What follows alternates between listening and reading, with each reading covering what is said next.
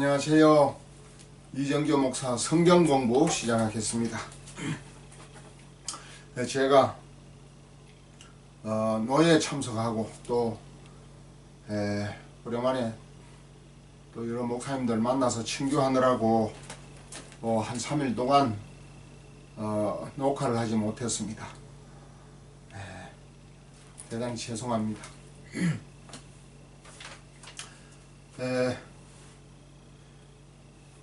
오늘 성경 공부 제목은 구약 성도의 구원관에 대해서 한번 공부해 보도록 하겠습니다. 구약 성도의 구원관, 이러한 제목으로 성경을 공부해 보도록 하겠습니다. 네, 먼저 성경 본문 말씀 한번 찾아보겠습니다. 욥기서 19장 23절, 24절, 25절, 26절까지 읽겠습니다. 욥기서 19장 23절에서 26절 말씀까지 제가 성경 본문을 읽어드리겠습니다. 욥기서 19장 23절 나의 말이 곧 기록되었으면 책에 씌어졌으면 철필과 연어로 영영이 돌에 새겨졌으면 좋겠노라. 내가 알기에는 나의 구속자가 살아계시니 후일에 내가 땅 위에 서실 것이라. 나의 이 가죽 이것이 썩은 후에 내가 육체 밖에서 하나님을 보리라. 요 성경은 개역 성경입니다. 제일 먼저 나온 개역 성경 본문 말씀을 제가 읽어드렸습니다. 이번에는 단어 어감이 조금 다른 것이 있는데 개역 개정을 읽어드리겠습니다. 성경 본문 개역 개정 욥기서 19장 23절에서 26절 말씀까지 제가 개역 개정 성경 본문을 읽어드리겠습니다. 욥기서 19장 23절 나의 말이 곧 기록되었으면 책에 씌어졌으면 철필과 납으로 영원히 돌에 새겨졌으면 좋겠노라. 내가 알기에는 나의 대속자가 살아계시니 마침내 그가 땅 위에 서실 것이라. 내 가족이 벗김을 당한 뒤에도 내가 육체 밖에서 하나님을 보리라. 영어가 많이 다르지요. 개역개정 욥기서 19장 23절에서 26절 말씀까지 제가 본문을 읽어드렸습니다. 다음은 킹 제임스 험정역 스터디 성경전서 킹 제임스 험정역 성경을 제가 참고로 읽어드리겠습니다.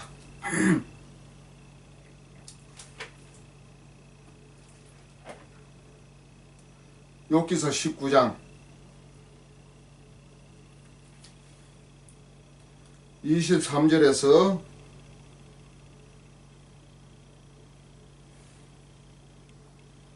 26절까지 읽어드리겠습니다. 욥기서 19장 23절 오 이제 내 말들이 기록된다면 얼마나 좋을까. 오 그것들이 한 권의 책으로 인쇄된다면 얼마나 좋을까. 그것들이 철필과 납으로 바위에 영원토록 새겨진다면 좋으리로다. 내 구속자가 살아계시는 것을 내가 아노니 마지막 날에 그분께서 땅 위에 서시리라. 내 살갗의 벌레들이 이 몸을 매를지라도 내가 여전히 내 육체 안에서 하나님을 보리라.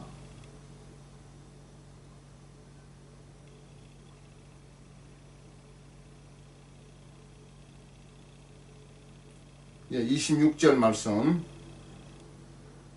읽어드렸습니다. 킹 제임스 성경을 읽어드렸습니다. 단어와 문장들이 상당한 차이가 있습니다. 욥기서 19장 26절에 내 살갗의 벌레들이 이 몸을 멸할지라도 내가 여전히 내 육체 안에서 하나님을 보리라. 육체 안에서. 사람이 죽었는데 육체 안에서 볼 수 있습니까?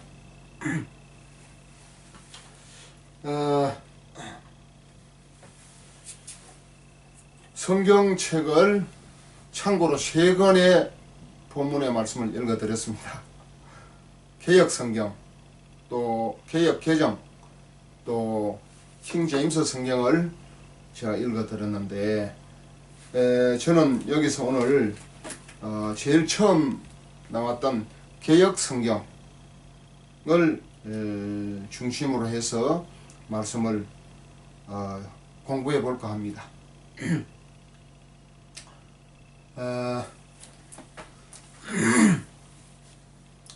노예에 갔었는데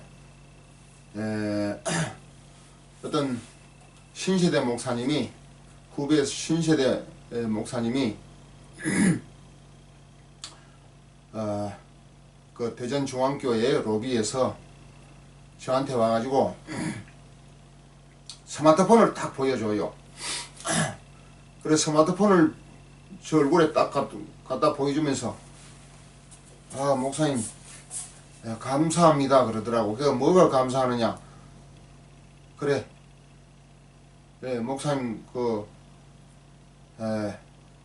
성경 공부를 잘 이제 보고 있다는 겁니다. 그래서 여러 가지 깨닫는 바가 많아가지고 감사하다고. 그래 이제 스마트폰 제 얼굴 나오는 그 사진을 보여주고 이제 고맙다 하면서 이제 갔어요. 그래 그걸 보고 있는가 보다 이제 그렇게 생각을 했습니다. 또 한참 있다가 어떤 목사님이 또 저한테 와가지고 다짜고짜로 목사님 대박입니다 이러더라고요. 그래 아니 뭐가 대박이에요? 뭐 복권이라도 당첨이 됐습니까? 하니까 아유 목사님 그게 아니고요, 제가 거듭났습니다 그러더라고요. 그래 아니 어떻게 거듭났습니까? 하니까 아니 목사님 그 저 유튜브에 성경 공부 그거 보고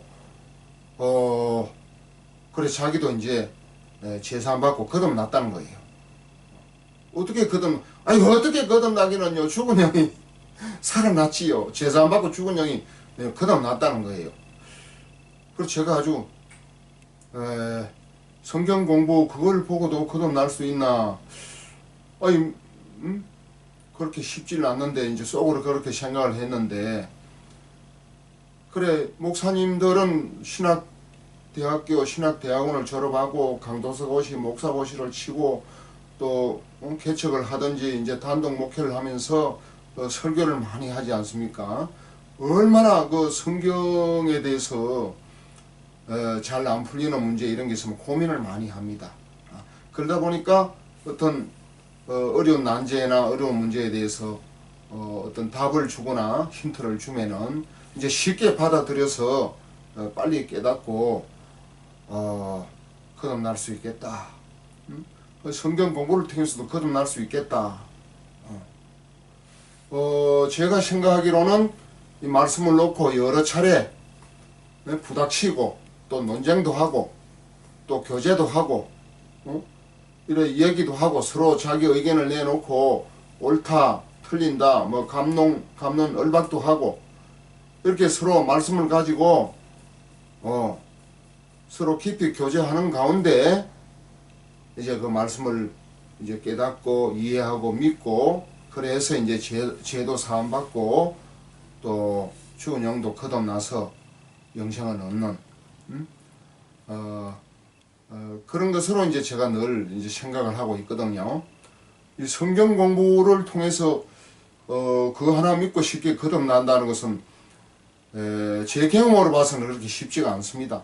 근데 목사님들 수준이나 목사님들 같은 경우에 어떤 거듭남이나 뭐 속죄, 제사함이나 이런 걸 놓고 오랫동안 고민을 해왔다면은 간단한 어떤 힌트나 또 성경 말씀을 제시하거나 또 설명을 하는 것을 받아들인다면은 전체가 확 풀리는 수가 있습니다.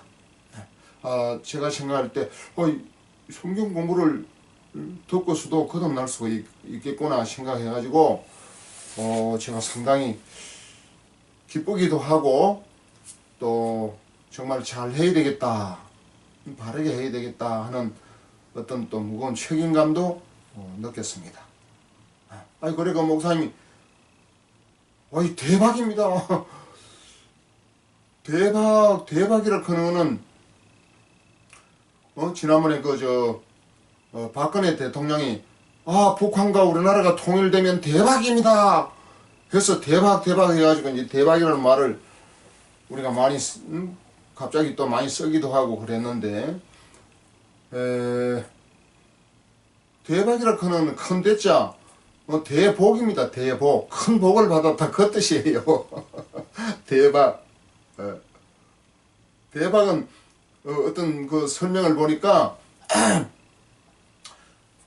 흥부와 놀부가 있는데 그래 흥부 집에 제비가 집에서 떨어져 가지고 그 제비 새끼가 그래서 그 제비 새끼 다리가 부러졌는데 그 다리를 이제 뭐 약인지 뭔지는 몰라도 하여튼 약을 발라주고 반창고로 뭐 귀에 맸는지 모르겠습니다. 하여튼 그 제비 새끼를 다리를 이제 치료해 줬는데 이제 그 제비 새끼가 다리를 치료를 받고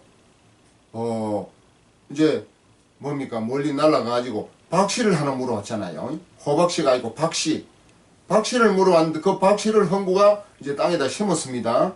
심었는데 박이 막 크게 많이 이제 열렸어요. 그리고 그 중에 제일 큰 박이 열렸는데 그 박을 톱으로 가지고 막 썹니다. 부인하고 썰었는지 혼자 썰었는지 아들하고 썰었는지 잘 모르겠습니다. 하여튼간에 박을 이제 톱을 가 썰었어요. 썰었는데 그 박이 턱 갈라지면서 그게 대박이 난 거예요. 그 박 안에 뭐냐 하면은 온갖 황금 보석, 금은 황금 보석이 들어 있었단 말이에요. 그래가지고 흥부가 그 박을 썰어가지고 황금 보석을 갖다 팔아가지고 부자가 됐다는 거 아니겠습니까? 예. 그게 이제 그 소설에 나오는 얘기인데. 그래, 그게 대박이에요, 대박. 그 박에서 큰 복을 받은 거지요. 큰 뭡니까? 재물을, 금전을 얻은 거지요, 재물을. 그게 대박이란 말이에요, 대박. 대박 났다, 그러는 것은, 대박, 박을 타가지고, 뭐, 황금 보석을 소유했다, 가졌다, 그런 뜻인데, 쉬운 말로 말하면 대박이 이제 대복이죠, 대복. 큰 복을 받았다, 이제 그 뜻이에요. 그래, 그 목사님이, 대박입니다. 아니, 뭔 대박입니까? 저도 거듭났습니다. 거듭난 건 진짜 대박이죠. 진짜 대박입니다. 예. 거듭나면 영생을 얻고 지옥 안 가고 구원받은 이제 일꾼이 되고 하나님의 자녀, 하나님의 백성, 하나님 나라 시민이 되고 또 복음 일꾼이 되는 거 아니겠습니까? 그야말로 대박이 난 거지요. 대박이 났다. 좀 뭐라 그럴까요? 좀 우스꽝스럽기도 하고 좀 황당스럽기도 하고 하는 그런 용어입니다. 대박이 났다. 뭐 어디 요새 조금만 뭐 좋으면 대박이 났다 그러대요. 대박. 예, 대박이 났습니다. 하여튼 그분이 대박이 났대요. 예. 그래 뭐 그 얘기하고 그냥 가버렸어요. 예. 좀 더 얘기를 하면 내가 책이라도 한 건 아니 들었으면 좀 아쉬움이 있는데 나중에 또 기회가 있겠지요. 예. 또 여기 걸어오다가 여 동네 여 중촌동 여 주변에 이제 그 저 교회가 있는데 어떤 여자 목사님 할머니 목사님 여자 목사님 한 분이 있어요. 그래 저를 만나가지고 아이고 목사님 목사님이 영의 양식을 공급을 안 해줘가지고 3일 동안 굶었습니다. 굶었다 그던가 금식을 했다 그던가 하여튼 3일 동안 금식을 했습니다. 굶었습니다. 그러더라고. 아 그래 그게 뭔 소리입니까? 아니 목사님 그 저 성경 공부를 가지고 내가 영의 양식을 삼고 또 성도들에게 그걸 그대로 또 전해주고 있는데 목사님이 한 3일 동안 그걸 안 보내줘가지고 굶었다는 거예요. 그래서 아니 너무 그 양식을 많이 먹으면 너무 살이 많이 찌면 비대해지면 어떻게 합니까? 한 번씩 굶으면 또 괜찮습니다. 이렇게 아이고 목사님 그런 소리 그만하고 빨리 가서 올려주세요. 막 야단을 치더라고요. 그런 내가 아주 야단을 맞고 그냥 정신이 번쩍 나가지고 아주 내가 그냥 쫓아왔습니다. 그래가지고 그냥 농담 삼아 그냥 말로 그냥 얘기를 하려고 했는데 얼른 빨리 가서 빨리 올리라는 거예요. 그래가지고 제가 막 그렇게까지 그래 그런가 싶어가지고 제가 막 양심이 찔려가지고 얼른 쫓아와서 지금 하고 있는 중입니다. 또 어떤 목사님은 음성 파일을 보내줬어요. 음성 파일을. 그래 들어보니까 이제 뭐 고넬로의 공의라든지 뭐 거듭남이라든지 이런 것을 깨닫고 이제 그대로 이제 설교를 하는 거예요. 그걸 가지고 자기 교회 이제 성도들에게 양떼들에게 그것을 가지고 이제 설교를 하는데 그래 그걸 들어보라고 이제 음성 파일을 이제 보내왔습니다. 그래 그걸 들어보고 그래 뭡니까 그 모방은 제2의 창조다 뭐 그런 말도 있지 않습니까?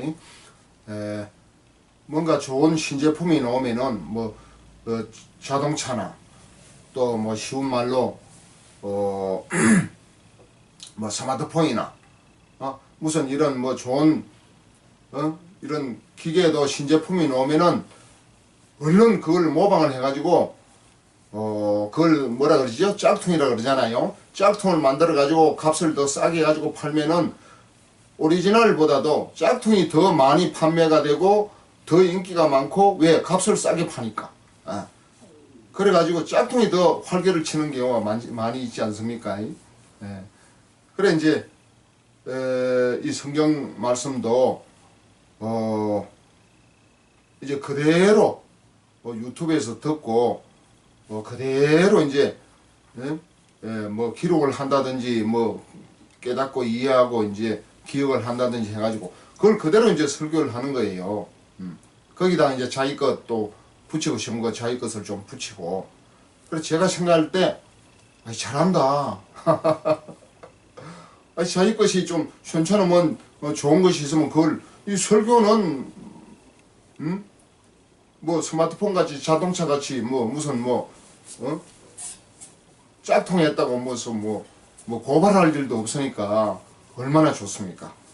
그래가지고 받아가지고 그대로 설교를 하면 성도들이 뭐 빨리 깨닫고 쉽게 말해서 한마디로 자기 노력 안 들이고 쉽게 이제 뭐 영의 양식을 설교를 이제 준비할 수 있다 이거지요. 그래 그거는 왜 내 걸 보고 설교를 그대로 합니까? 그 뭐를 클 이유도 없고 뭐 제가 뭐 나무래를 아무 권한이 없습니다. 저도 그냥 받았으니까 그냥 주는 거지요. 이거는 더 많이 전파가 되어 가지고 더 많이 듣고 더 많이 깨닫고 더 많이 믿어야 더 많은 영혼이 구원을 받을 거 아닙니까? 그러니까 이거는 짝퉁 차원이 아니고 이건 아주 잘하는 거예요. 복음 말씀을 받아 가지고 더 많은 사람에게 이제 전해 주니까 너무 감사한 거지요. 그 목사님은 그래서 그걸 들어보라고 했는데 그래 그 잘하는 거예요. 성경 말씀과 일치가 되고 내용이 옳다면은 얼마든지 예, 100%다 그대로 사용을 해도 전혀 저는 개의치 않습니다. 마음 놓고 사용하셔도 좋습니다. 사용할수록 더 좋습니다. 예, 칭찬합니다. 자, 오늘 예,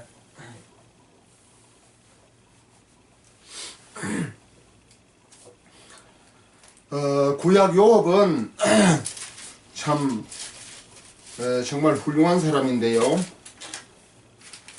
뭐가 훌륭하냐 하면은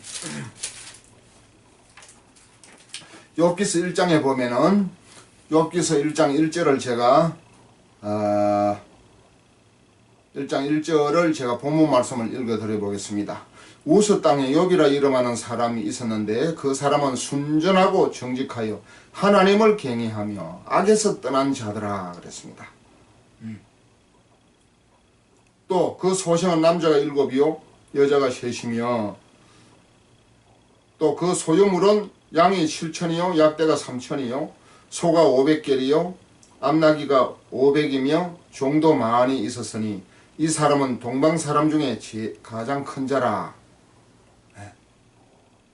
동방 사람 중에 가장 큰 자입니다. 엄청나지요. 가장 큰 자라는 것은 재물도 많고 또 뭐라고 했습니까?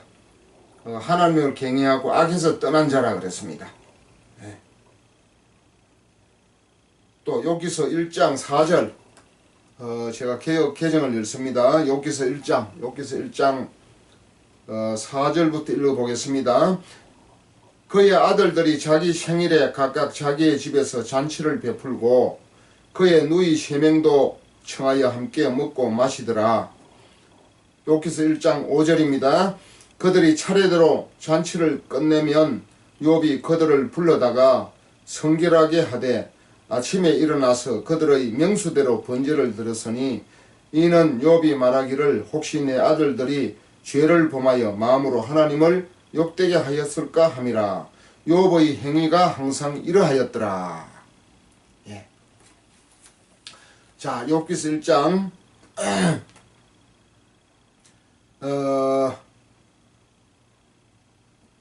4절에 보니까 그의 아들들이 자기 생일에 각각 자기의 집에서 잔치를 베풀고 그의 누이 3명도 청하여 함께 먹고 마시더라. 그러니까 아들 7, 딸이 3명 아닙니까? 그 10명이 가족이 많잖아요. 10명이 생일 때가 되면은 이제 가족들 간에 잔치를 하는 겁니다. 딸 3, 아들 7명이 이제 잔치를 합니다. 잔치를 하는데 혹시 그 잔치하는 중에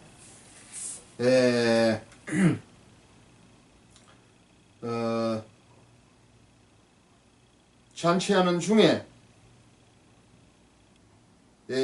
혹시 내 아들들이 죄를 범하여 마음으로 하나님을 욕되게 하였을까 함이라. 죄를 범하여. 그러니까 잔치하는 중에 뭔가 잘못해가지고 뭔가 어떤 실수를 한다든지 죄를 범한다든지 하는 일이 있을 수 있으니까 무슨 죄인지는 모르지만은 알게 짓든 모르게 짓든 하여튼 어떤 죄를 범하였을까 해가지고 욥이 이제 그 자녀들 그들의 명수대로 그랬잖아요. 욥기서 1장 5절에 그들의 명수대로 번제를 드렸으니 그랬습니다. 그들의 명수대로. 그러니까 딸 3, 아들 7, 10명 같으면은 번제 제물 10마리를 가져왔다는 거예요. 10마리를 가져와서 각각 자기들이 혹시 죄를 짓지 않았나 해가지고 뭐 안수를 해가지고 죄를 넘겼는지 혹은 이거는 아무개 번제 제물, 이거는 아무개 번제 제물, 이거는 큰아들, 작은아들, 이거는 큰딸, 작은아들, 뭐 막내딸 뭐 이런 식으로 해가지고 제물을 정했는지 그거는 모르겠습니다. 하여튼 맹수대로 그 속죄제사, 번제제사 그 규례대로 그렇게 한 겁니다. 이거는 번제니까 번제제사입니다. 번제는 어떻게 하느냐? 피를 흘려서 제단불에 이제 바르고 피를 바르고 그 모든 이제 고기들은 이제 각을 뜨지 않습니까? 다리는 다리, 또 몸은 몸, 내장은 내장. 내장은 이제 그 더러운 배설물을 다 씻어가지고 깨끗이 씻어가지고 이제 내장대로 다 고기를 썰어서 잘 정리를 해서 각을 떠가지고 이제 제단불에 태워서 연기를 내가지고 하나님 앞에 이제 올려 보내는 겁니다. 험양하도록. 하나님이 그 연기를 험양한다 그랬잖아요. 그 연기를 올려 보내는 거예요. 그러니까 피는 바르고 제단불에 바르고 그 모든 죽은 시체 그 고기들은 불에 태워서 버리는 겁니다. 연기를 내가지고 번제, 불 태우는 제사가 번제 제사 아니겠습니까? 이 번제 제사도 깊은 속죄의 의미가 담겨져 있습니다.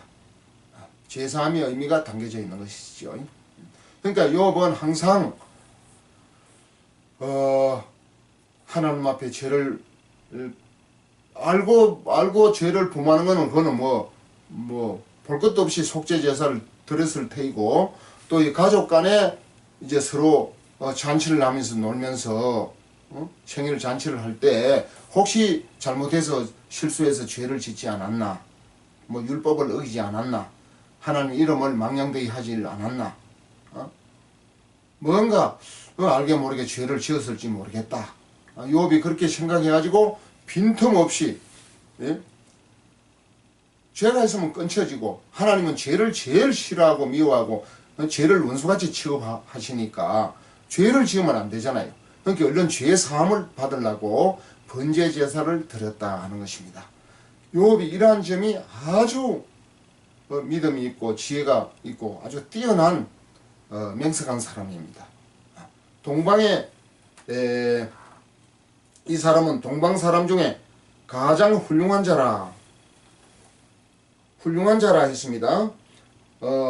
개역 성경에는 욥기서 1장 3절에 이 사람은 동방 사람 중에 가장 큰 자라 했고, 개역 개정에는 1장 3절에 이 사람은 동방 사람 중에 가장 훌륭한 자라 그랬습니다. 가장 훌륭한 자라, 가장 큰 자라, 가장 훌륭한 자라.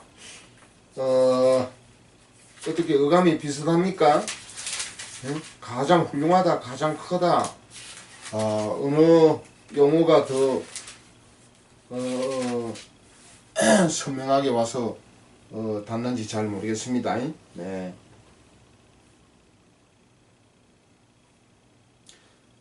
킹 제임스 성경도 이 사람은 동쪽의 모든 사람 중에 가장 큰 자더라.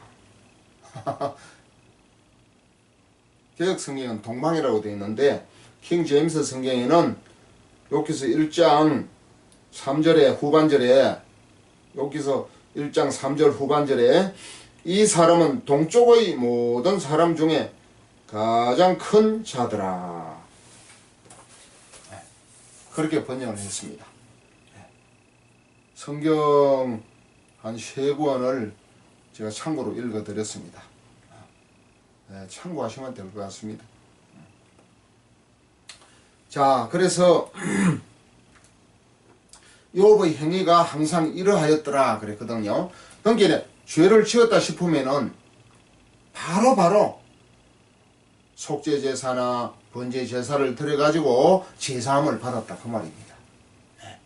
얼마나 믿음이 있습니까? 이런 사람이 이제 뭡니까, 고생을 많이 합니다. 고생을 엄청 많이 합니다.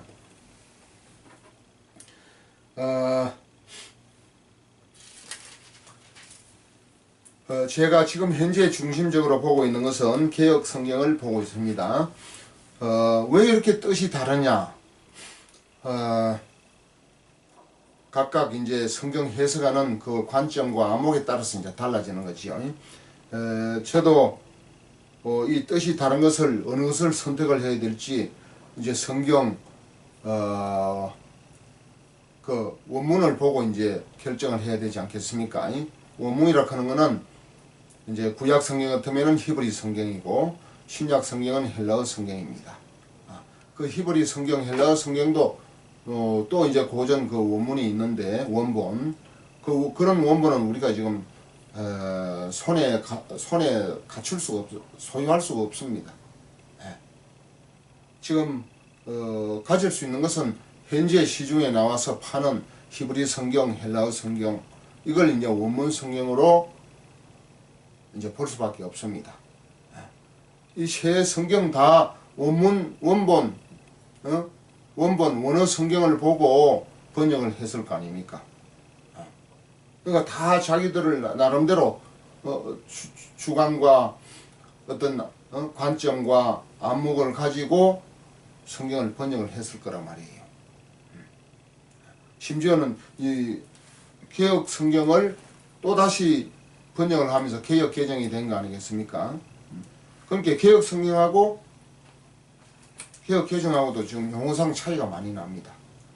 뭐 구속을 뭐 속량이라 했다든지, 뭐 가라사대 이걸 뭐 이러시되, 뭐 이런 여러 가지 번역을 새롭게 했는데 현대 용어로 맞게끔 이제 번역이 잘 된 부분도 있습니다. 있는데 또 어떤 경우에는 뜻이 전혀 또 좀 왜곡이 된 그런 경우도 많이 있어요. 그래 여러 가지 그 내용을 이제 살펴볼 때 어떤 경우에는 오히려 처음에 나왔던 이 개역 성경이 오히려 그 뜻이 잘 용어상 그 의미가 잘 전달이 되겠다 싶어 가지고 이제 개역 성경을 보는 경우가 많습니다. 이건 저 개인적인 견해니까 꼭 거기에 맞출 필요는 없습니다. 네. 자 그러면은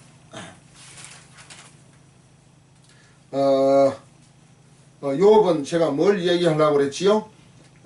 동방에서 가장 큰 자고 하나님을 경외하며 악에서 떠난 자고 또 가족들 간에도 자기 자식들이 자녀들이 아들 7, 딸 3명이 돌려가면서 생일이 있을 거 아니에요. 그 당시에도 생일잔치를 한 거 보면 대단합니다. 욥이 살던 그 시대에도. 그래서 생일잔치를 하고 나서 혹시 율법을 어기고 죄를 범하고 하나님의 뭐 이름을 무슨 영원하게 하지 못한 그런 잘못된 실수나 범죄 사실이 있을까 해서 그 죄를 사함받기 위해서 번제 제사를 드린 것을 볼 수가 있습니다. 그러니까 욥은 아주 뭡니까? 죄 문제도 아주 예민한 사람이고 아주 레위기 제사법에도 아주 명석한 사람이다 그렇게 볼 수가 있습니다. 죄에 대해서 철저하게 죄 용서, 동물의 피로 죄 사함을 받고 죄 사함을 받고 죄 사함을 받는 번제 제사를 혹은 속죄 제사를 드리고 다시 시작했다는 점, 이것은 참 대단히 참 배워야 할 그러한 점입니다. 그래서 그런지는 몰라도 욥은 또한 고생도 많이 했고 또 10자녀를 다 잃고 가정도 깨지고 부인도 욥을 욕을 하면서 이제 돌아섰고 또 욥 자신도 그 온몸에 종기가 나가지고 얼마나 고생을 했는지 모릅니다. 왜 그렇게 고생을 했지요? 왜 그렇게 고생을 했습니까? 마귀가 역사해서 그렇지요. 근데 구약 시대에는 이 욥 자신도 왜 이렇게 나는 의로운데, 욥이 그렇게 늘 이야기했잖아요. 나는 의로운데, 나는 죄가 없는데, 죄를 안 지어서 죄가 없는 건 아닙니다. 심성의 피로 죄를 사함받아서 이제 죄가 없고 의롭다고 했습니다.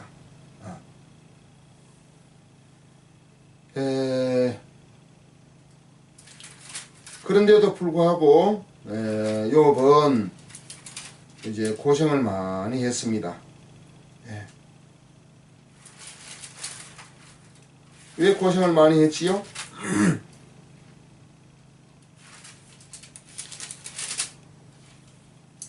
욥이 왜 고생을 많이 했습니까?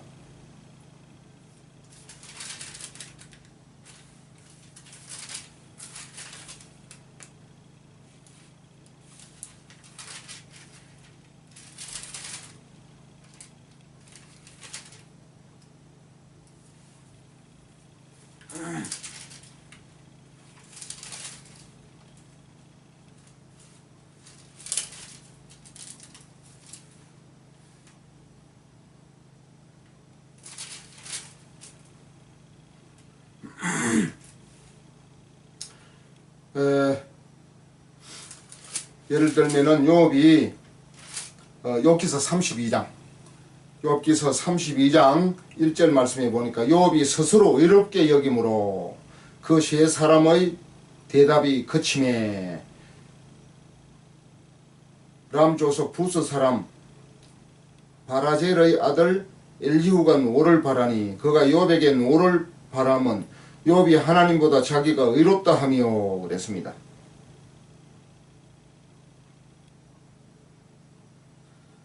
또 욥기서 32장 3절에 또 세 친구의 노를 바람은 그들이 능히 대답지는 못하여도 욥을 정죄함이라.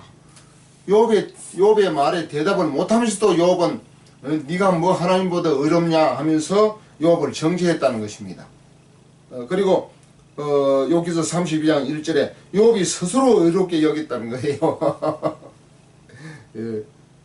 그 세 사람의 대답. 그러니까 세 사람과 이제 네 사람이 이제 욥을 두고 서로 논쟁을 했지 않습니까? 서로 논쟁을 했는데 욥은 항상 자기 스스로 의롭게 여겼다 그랬어요.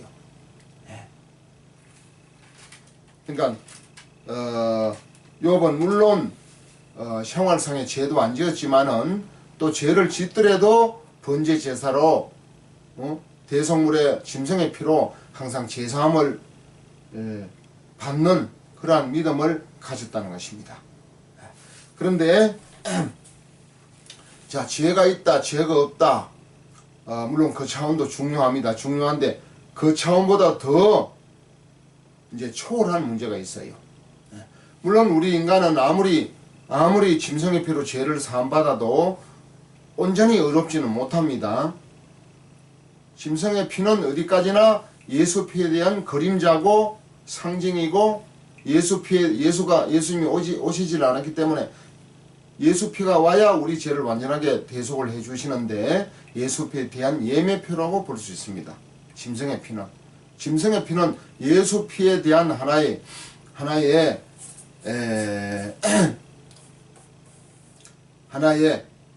예표예요. 예표. 하나의 예매표입니다. 예매표라는 건 뭐냐면 비행기를 탈 때나 뭐 기차를 탈 때나 미리 예매를 해놓으면은 아무리 사람이 많고 복잡해도 미리 사전에 예매를 해가지고 표를 사놓으면은 그 시간 그 장소에 가면은 그 자리를 표를 미리 예매한 사람이 탈 수가 있지 않습니까? 그러니까 예매한 사람의 그 자석이 되는 것과 같이 우리가 짐승의 피로 죄를 사함받으면은 예수 피로 예수님의 피가 오지 않았기 때문에 흘려지지 않았기 때문에 짐승의 피로 죄 사함받고 예수 피가 올 때 대속이 되는 것입니다. 예매가 되는 것이죠. 짐승의 피로 죄 사함받은 것이 예수 피가 올 때는 예수 피에 대한 이제 효과를 보는 거지요. 짐승의 피도 제사함을 안 받고 아무 제사함도 안 받으면은 그건 죄인이 되는 거예요. 그건 하나님 앞에 끊심을 받고 버림을 받고 그건 지옥 가는 겁니다. 죄인은 어떤 누구를 불문하고 지옥 갑니다. 죄인은 죄의 벌을 받기 위해서 지옥을 가는 것이에요. 반드시 죄의 사함을 받아야 되는 것이에요. 이것이 하나님이 우리에게 주시는 구원의 방식입니다. 우리를 구원하려고 하는 하나님의 법이에요. 대속법입니다. 그렇기 때문에 구약 성도들은 짐승의 피로 죄를 사함받지만은 짐승의 피는 온전하지 못합니다. 온전히 우리 죄를 사할 수가 없습니다. 그 말씀이 어디 있지요? 히브리서 10장 4절에 있습니다. 제가 읽어드리겠습니다. 예, 이 구약 성도의 구원관에 대해서 구약 성도는 어떻게 구원을 받냐 하니까 어떤 목사님이 아이고 목사님 신약 성도도 구원을 다 못 받는데 구약 성도 구원 그거 알아가지고 뭐합니까? 아이고 이러더라고요. 어떤 목사님이 이 구약 성경 구약은 전부 구약 성도의 구원관인데 그걸 물론 뭐 우리에게는 해당이 안 됩니다. 이미 예수님이 오셔서 갈보리의 십자가에 갈보리산 위에 십자가에서 피 흘려 죽으시고 우리 모든 죄를 다 사했습니다. 요한복음 19장 30절에 내가 다 이루었다 했어요. 죄와 사망과 율법 못 지킨 모든 저주에서 우리를 구원해주고 해방시켜 주었습니다. 그렇기 때문에 우리는 신약 성도는 예수님의 보혈의 능력으로 예수님의 대속의 보혈의 효과로 죄사함을 받고 성령으로 거듭나서 구원을 받을 수가 있습니다.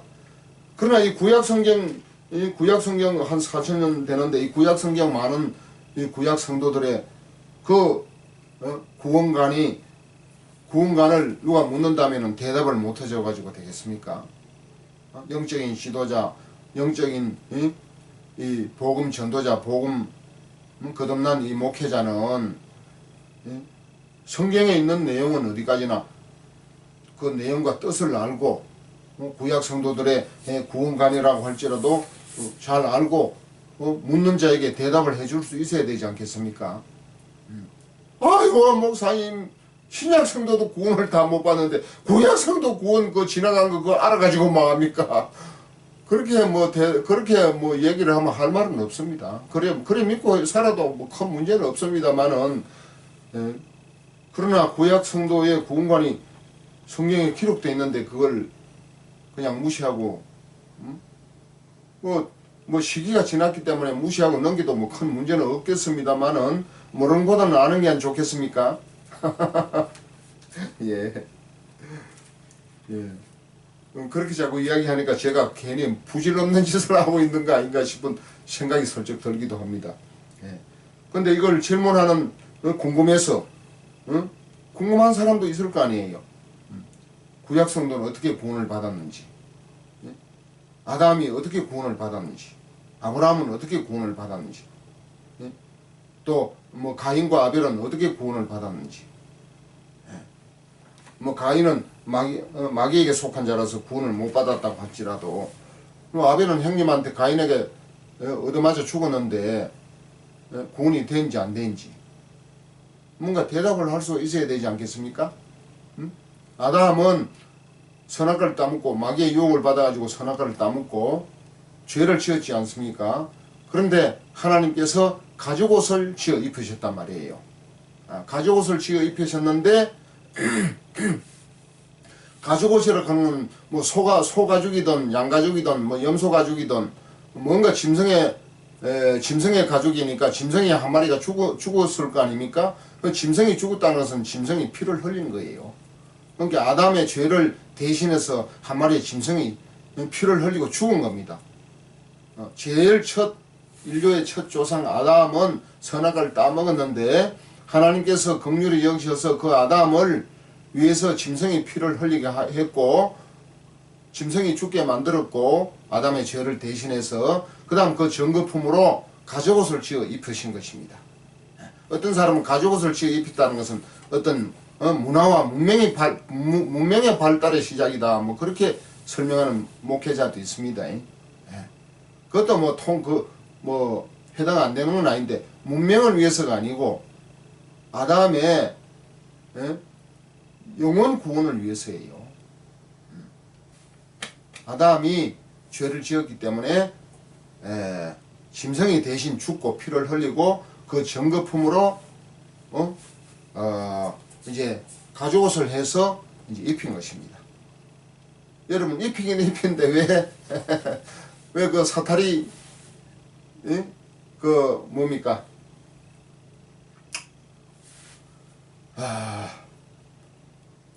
뭐 어차피 이제 뭐 이 얘기는 해야 되겠습니다만은 남자나 여자 그 성기를 가리었을까요? 여기 엄청난 큰 뜻이 있습니다.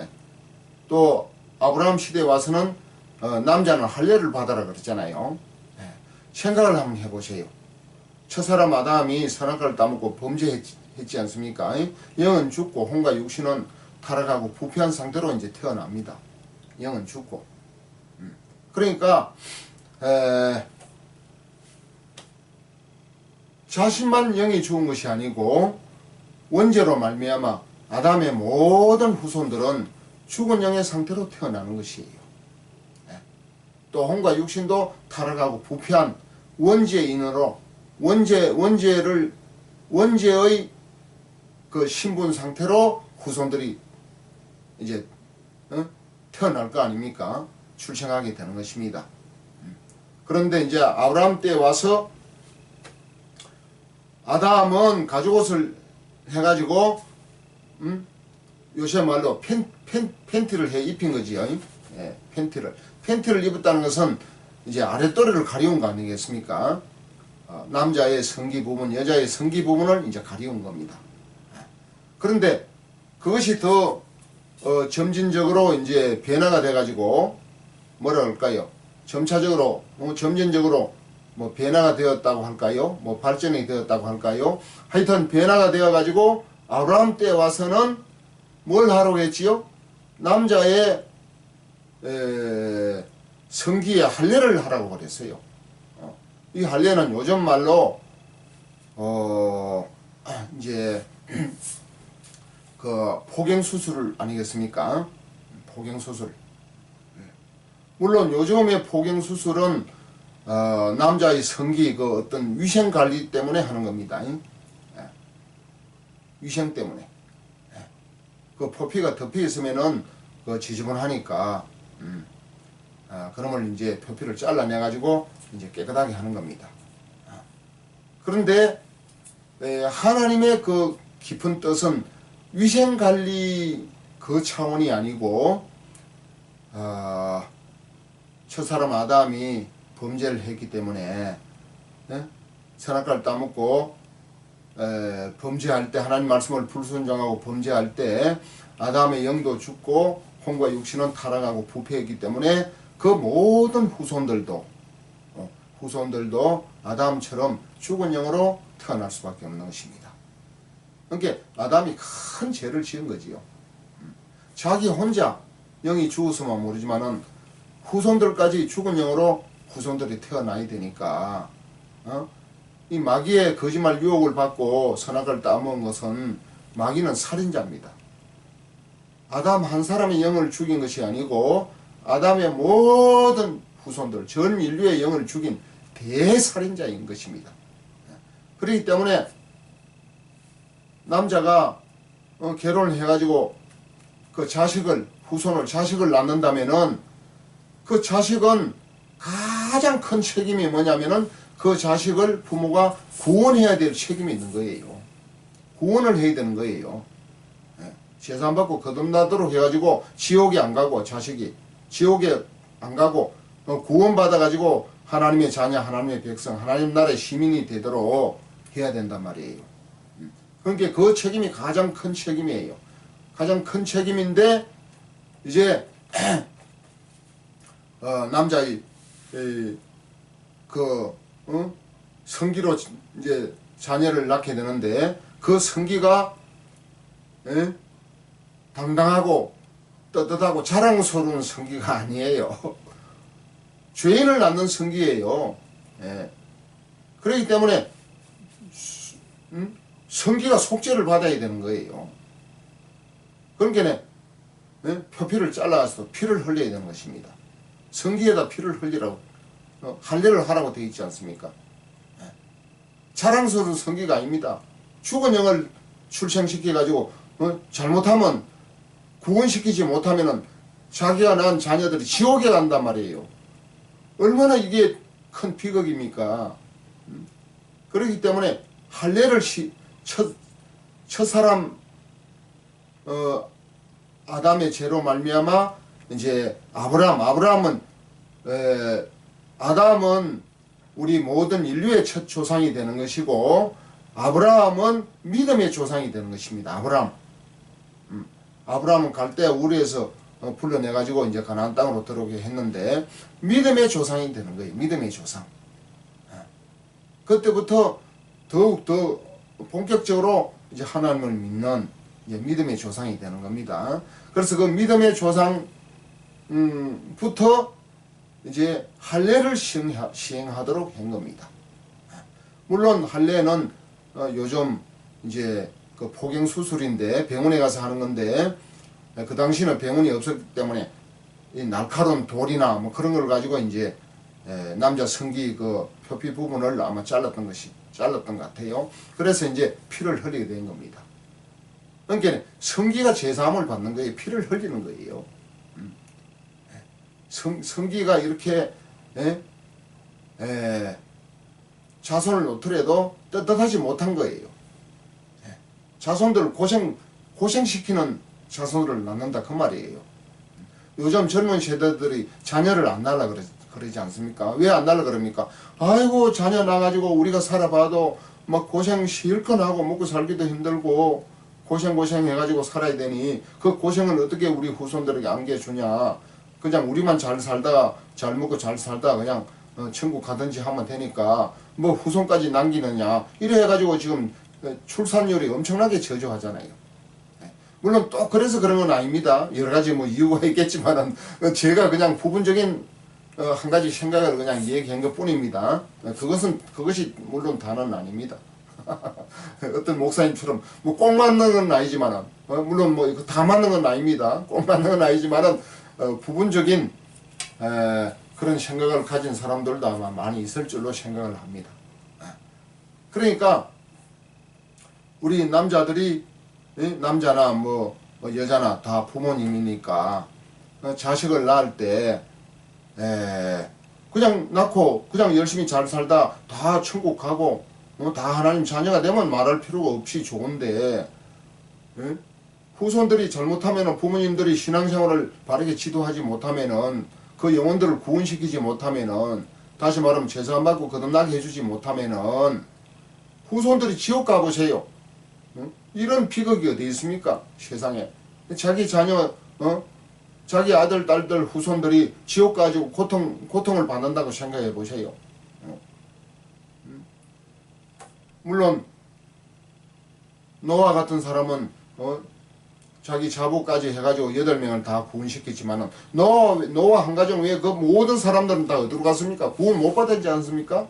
노아 시대 홍수 때 그 후손들 부모님들이 그 자손들을 낳았는데 그 자손들이 다 지옥에 가 있다면은 그 자손들이 얼마나 원망 불평을 하고 고통 가운데 영원히 고통 가운데 사는 그 비극을 보면은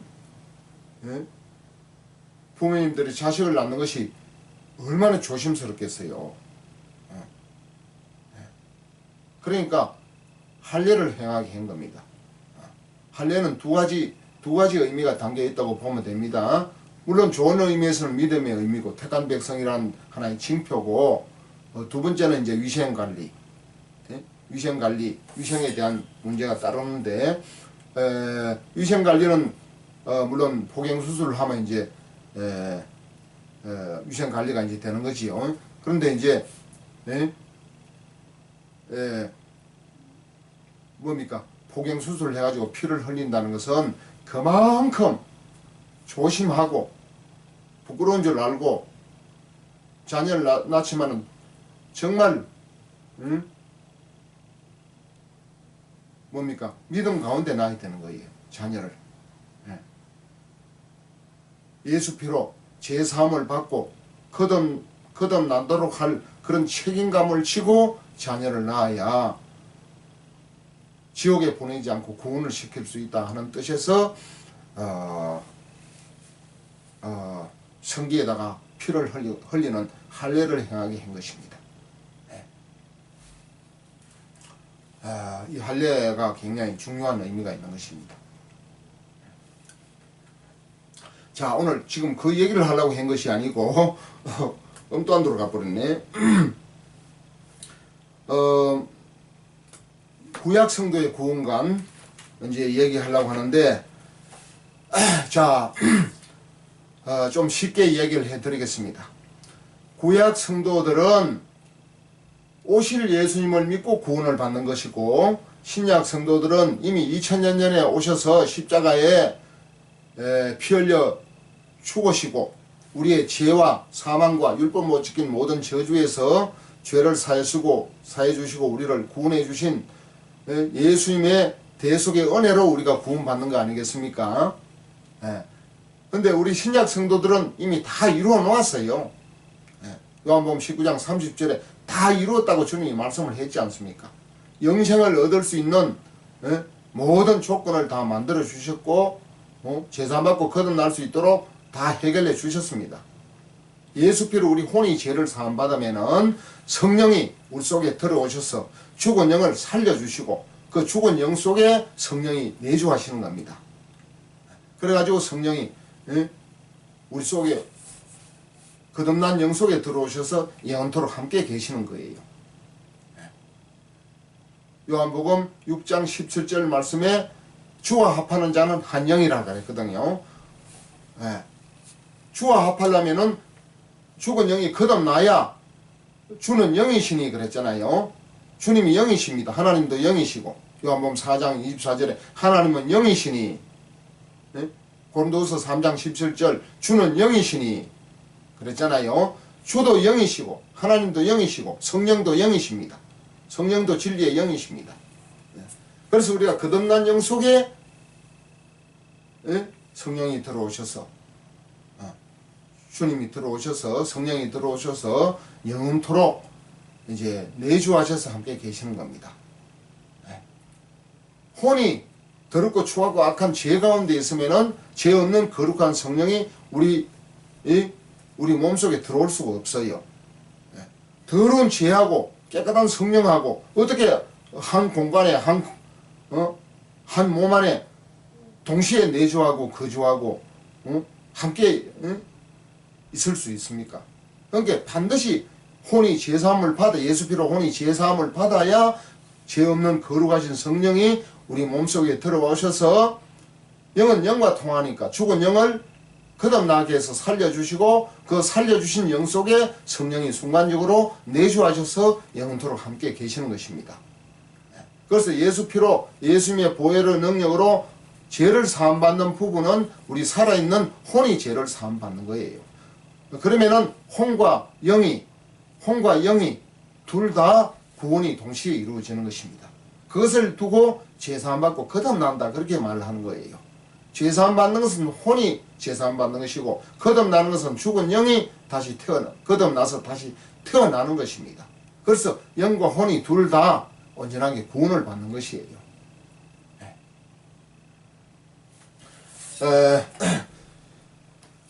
그래서 구약 성도들은 예수님이 오시지 않았기 때문에 예수님이 오실 것을 손꼽아 기다립니다. 그런 말씀이 어디 있지요?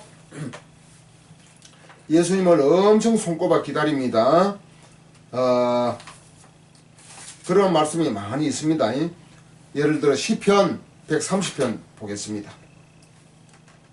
시편 130편 제가 한번 읽어보겠습니다. 시편 130편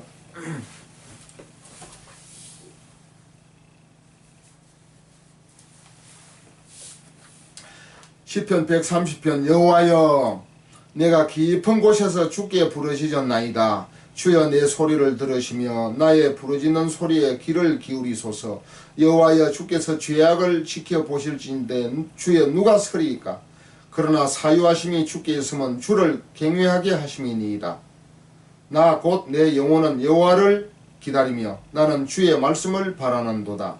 파수꾼이 아침을 기다림보다 내 영혼이 주를 더 기다리나니 참으로 파수꾼이 아침을 기다림보다 더하도다. 이스라엘아 여호와를 바랄지어다. 여호와께서는 인자하심과 풍성한 속량이 있음이라. 그가 이스라엘을 그의 모든 죄악에서 속량하시리로다.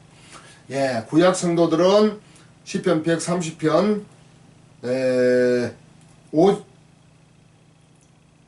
5절 6절 나 곧 내 영혼은 여호와를 기다리며 나는 주의 말씀을 바라는도다 그랬잖아요. 여호와를 기다린다 그랬어요. 기다린다. 예. 또 130시편 130편 6절 말씀. 파수꾼이 아침을 기다림보다 내 영혼이 주를 더 기다리나니 참으로 파수꾼이 아침을 기다림보다 더하도다. 여러분, 파수꾼이 아침을 기다림보다, 파수꾼은 빨리 밤에 여 군대 가면 밤에 초소에서 이제 그 거물을 서지 않습니까?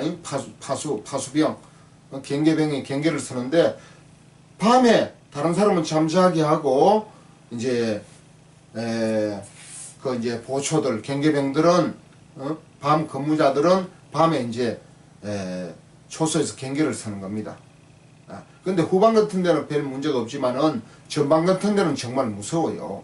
간첩이라도 나올까 싶어서 무섭단 말이에요. 그러니까 얼른 파수꾼들은 날이 밝아가지고 빨리 새벽에 오고 날이 밝아가지고 낮이 되기를 기다리잖아요. 밤에는 막 다른 사람은 잠자는데 이제 근무자들 초소병들 근무자들은 두 사람씩 이제 근무를 서지 않습니까? 군대에 가면은.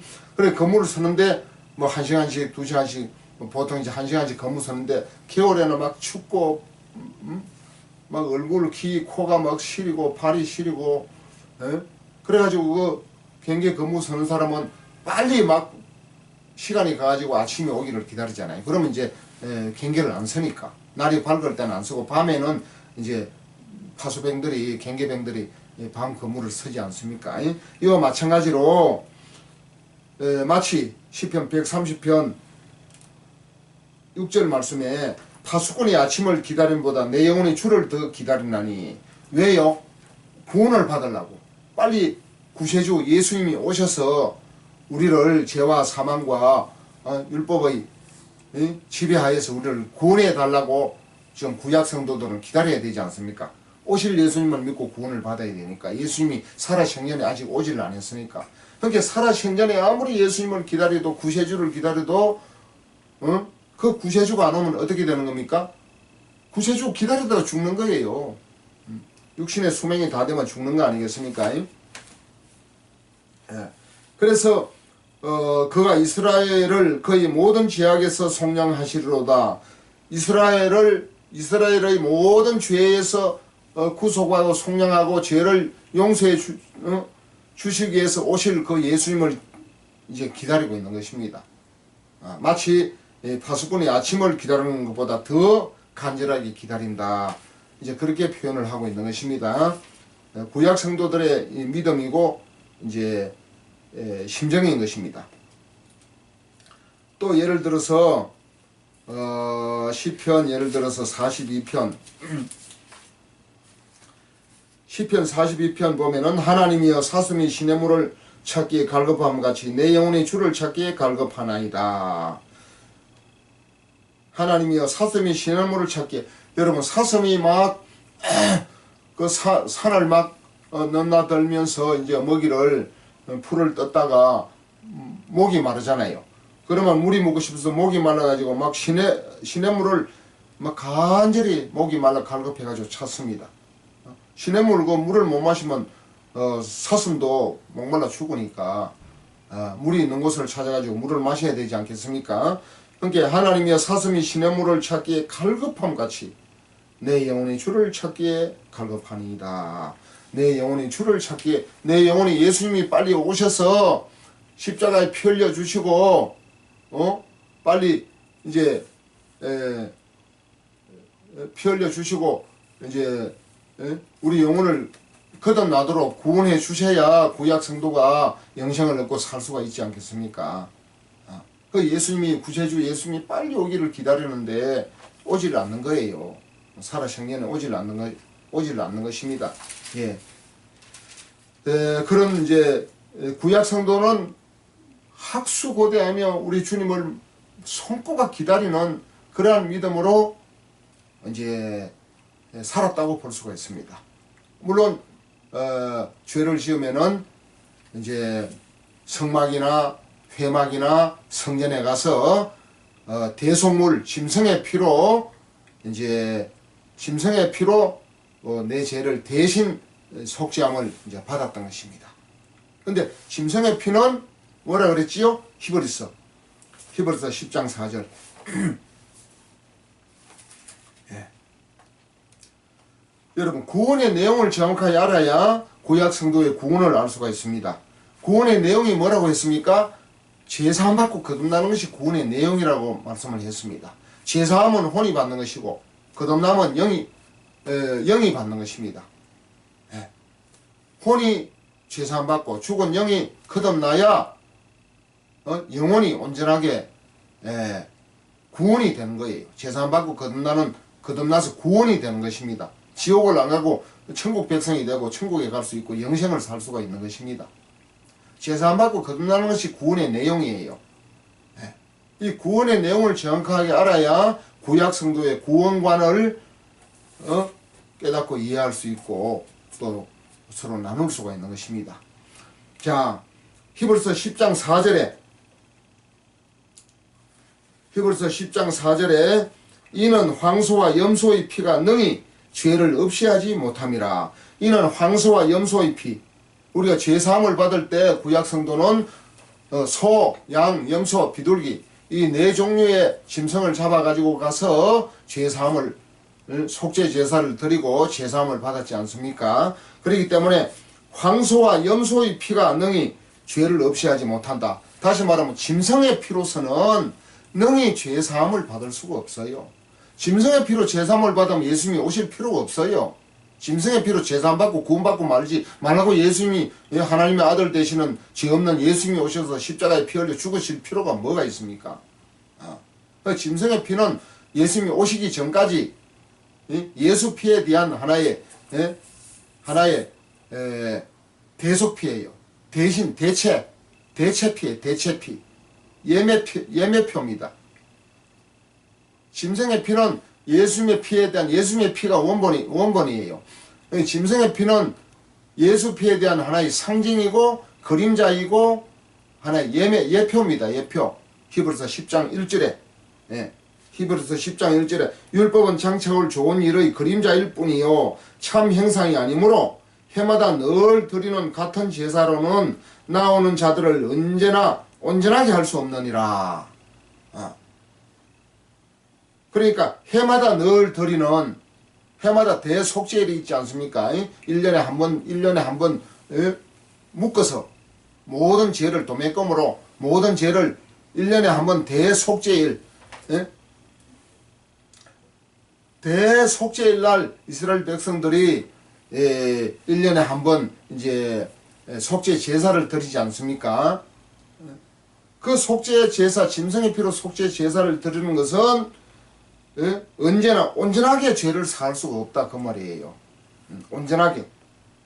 히브리서 10장 1절. 예수 피에 대한 하나의 그림자고 상징일 뿐이에요. 참 형상이 아니고 하나의 상징적인 형상이에요. 그래서 히브리서 10장 4절에 이는 황소와 염소의 피가 능히 죄를 없이하지 못함이라. 짐승의 피로는 사람의 죄를 온전하게 능히 없이하지 못해요. 짐승의 피로 죄를 깨끗이 해결해가지고 제사함을 받고 구원이 된다면은 죄 없는 예수님이 오셔서 십자가에 달려가지고 수치와 모욕과 저주와 고통과 희생을 당하면서 죽으면서까지 피를 흘릴 필요가 없다 그 말이지요. 아니 짐승의 피로 제사 안 받고 구원 받으면 되는데 예수님 오실 필요가 뭐가 있겠어요? 짐승의 피로 온전하게 제사함이 된다면은 구원이 바로 되는 거 아니겠습니까? 그런데 예수님이 오시지를 않았기 때문에 짐승을 대용물로 대체용으로 하나님이 정하셔가지고 대속물로 정하셔가지고 짐승의 피로 제사함을 받는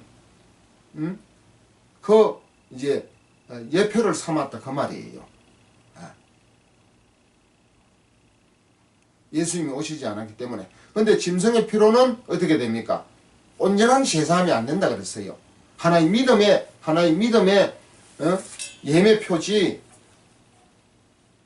죄 없는 예수님의 피처럼 온전한 제사함이 안 되는 것입니다. 그러니까 믿음을 갖기 위한 하나의 상징이라 그 말이에요. 짐승의 피는. 히브리서 10장 4절에 이는 황소와 염소의 피가 능히 죄를 없이 하지 못함이라. 능히 죄를 없이 하지 못하면은 짐승의 피로 제사함을 받았다고 하더라도 신부는 의인입니까? 죄인입니까? 죄인입니다. 온전하게 제사함이 안 되면 죄가 있다는 거 아닙니까? 죄인이라니까요. 그러니까 구약 성도들은 예수님이 오시지 않았기 때문에 짐승의 피로 죄를 사함 받았지만은 신부는 아직도 의인으로 넘어가지 못하고 죄인인 상태예요. 죄인은 죽으면 어디로 갑니까? 죄인은 죽으면 죄인은 죽으면 지옥 가는 거예요. 구약 성도들은 죄인이 죽었을 때 옥에 갔다 그랬어요. 옥에. 네. 신부는 죄인이기 때문에 네. 완전히 구원이 되지 아니하고 옥에 가는 거예요. 옥에. 죄인이 어디 갑니까? 옥에 가는 거지. 근데 옥은 옥인데 이제 옥에 차별이 있습니다. 지금 이 육신적인 이 세상의 옥도 크게 나누면 두 가지 옥이 있습니다. 어떤 옥이 있지요? 구치소와 같은 옥이 있고 교도소와 같은 옥이 있는 것입니다. 구치소와 같은 옥은 재판을 받기 전에 재판을 받기 위해서 받기 전에 재판을 받아가지고 죄가 없으면은 자유의 몸으로 풀려나는 것이고 죄가 있으면은 그 죄값을 받기 위해서 어디로 갑니까? 교도소로 들어갑니다. 감옥으로 교도소로 가는 거예요. 그러니까 구치소에 있는 사람들은 변호사가 변호를 잘 해가지고 죄에서 풀어주면은 억울하게 누명을 뒤집어 썼다면은 변호사가 그 죄를 목격자나 죄를 짓지 않았다는 그 증거품을 동원해가지고 변호사가 그 죄를 풀어주면은 재판장이 죄가 없으면은 풀려날 수 있는 가능성도 있는 것입니다. 죄가 있으면은 그 죄값을 받기 위해서 교도소에 들어가는 거예요. 그러니까 구약 성도들은 옥이 두 가지 종류의 옥이 있다는 것을 제가 설명을 했습니다. 구치소와 같은 옥이 있고 교도소 같은 옥이 있습니다. 이방인들 짐승의 피로 제사함도 받을 줄도 모르는 또 받으려 해도 그거 뭐 무시하고 그런 거 불필요하게 여기가지고 그 선지자의 말, 제사장의 말을 무시하고 짐승의 피로도 제사함을 안 받은 이방인들은 바로 교도소 같은 옥에 들어가는 거예요. 그러나 택한 백성, 아브라함의 후손들 택한 백성들은 짐승의 피로 죄를 사함받은 사람들은 구치소와 같은 옥에 가 있는 것입니다. 구치소와 같은 옥에 가 있는 것은 재판을 기다리는 거예요. 재판을 잘 받아가지고 그 재판을 통해서 죄에서 풀려날 수 있는 가능성이 있는 것입니다. 구치소 같은 옥에 가 있는 사람들은 다시 말하면은 이제 예수님이 오셔서 짐승의 피로 제사함을 받은 믿음을 가진 사람들을 이제 구원할 줄 이제 믿고 이제 옥에 가 있는 것입니다. 구치소와 같은 옥에 가 있는 것이고 짐승의 피로 제사함도 안 받은 이방인들 불신자들은 바로 교도소와 같은 옥에 가서 영원토록 죄값을 갚는 것입니다. 그 교도소 같은 옥은 뭐 지옥이나 한 가지입니다. 근데 이제 구치소와 같은 옥은 우리들 보면은 경찰서 안에 구치소가 있지 않습니까? 그리고 구치소 같은 그 옥은 그래도 죄인은 죄인이지만은 재판을 앞두고 있기 때문에 그래도 어느 정도 사람 대접을 좀 해주지 않습니까?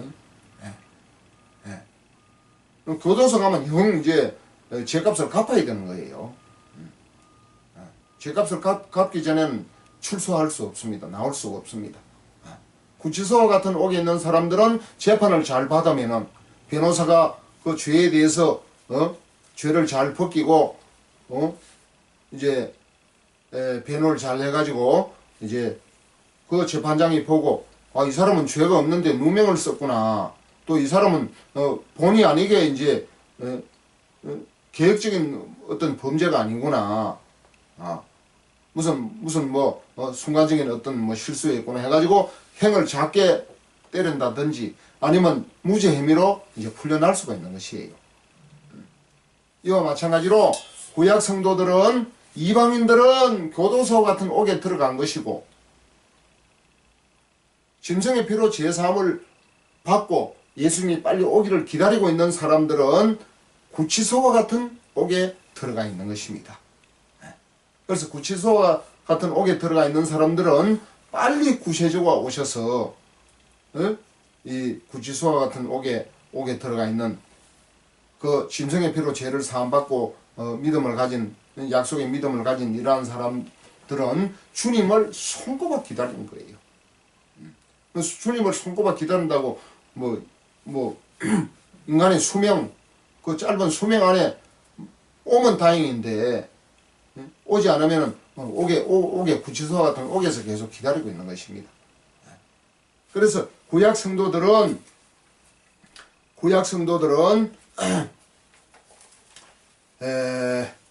뭐라고 말할까요?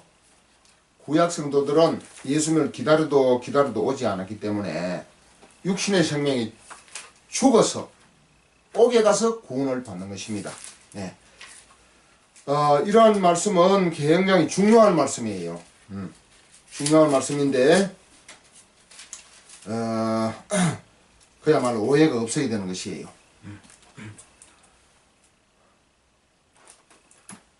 마치 천주교의 연옥설과 같이 취급하면 안 됩니다. 천주교의 연옥설은 아닙니다. 천주교는 돈을 죽은 연옥에 지옥도 아니고 천국도 아니고 중간 지역이 있는데 그 연옥에 가 있는 사람들에게 그 영혼을 위해서 돈을 이제 예를 들어 뭐 돈주머니 헌금함에 집어넣으면은 짱하랑 뭐 동전을 집어넣는가 보지요. 짱하랑 돈 소리가 나면은 연옥에 있는 사람이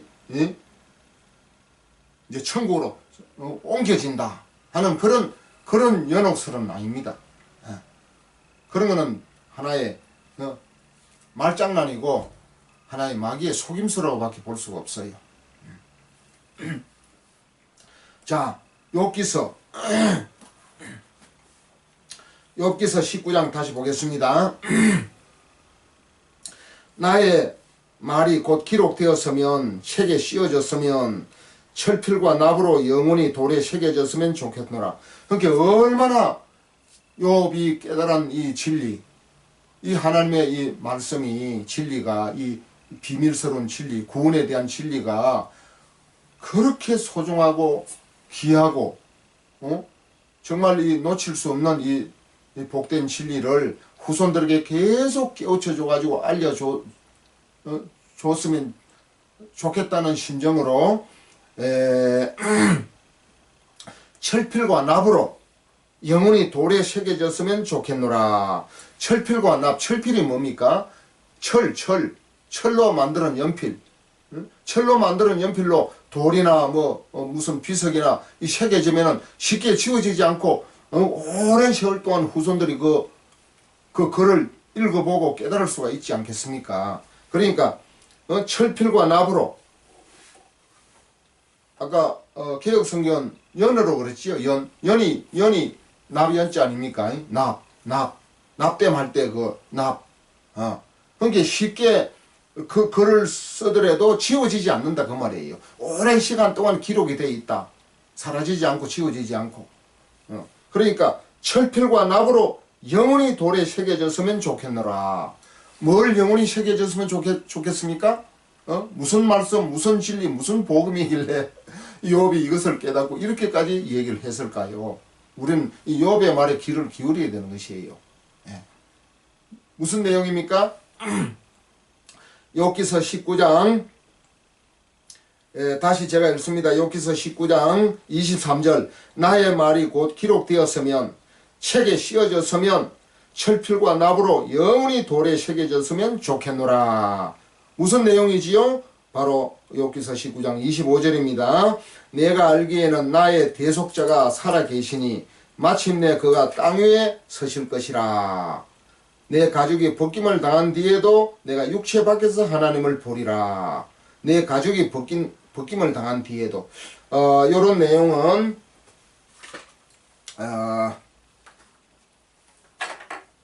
제가 개혁 성경을 보고 조금 전에는 개혁 개정을 읽었습니다. 이번에는 개혁 성경을 다시 읽어드리겠습니다. 개혁성경 욥기서 19장 23절 나의 말이 곧 기록되었으면 책에 씌어졌으면 철필과 연으로 영영이 돌에 새겨졌으면 좋겠노라. 25절 읽습니다. 욥기서 19장 25절 내가 알기에는 나의 구속자가 아까는 뭐라 그랬지요? 나의 대속자라 그랬잖아요.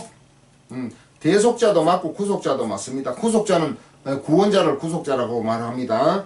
나의 구속자가 살아계시니 후일에 개혁개정은 19장 25절에 마침내 대속자가 살아계시니 마침내 그가 땅 위에 서실 것이라 했는데 오늘 개혁성경은 내가 알기에는 나의 구속자가 살아계시니 후일에 먼 후일에 그가 땅 위에 서실 것이라. 나의 이 가족 이것이 썩은 후에 내가 육체 밖에서 하나님을 보리라.